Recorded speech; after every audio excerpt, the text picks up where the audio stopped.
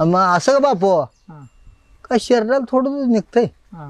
भलतं दूध का कस काय त्यांना एवढं जायचं हो? हा जायचं कस काय एवढं आणि त्यांना लगा ते आता हागला तर कोणाला उचलायचं नाही बांध भरून हागाय बसला बांधा तर बांधगाच भरत होता एवढं जेवण कशामुळे जायचं त्यांना मग काम थोडं आहे काय हा. ती मोठा राखीस काय मोठा राखीस हा. एका हिरीतलं पाणी पाकच हलवत होता हम्म.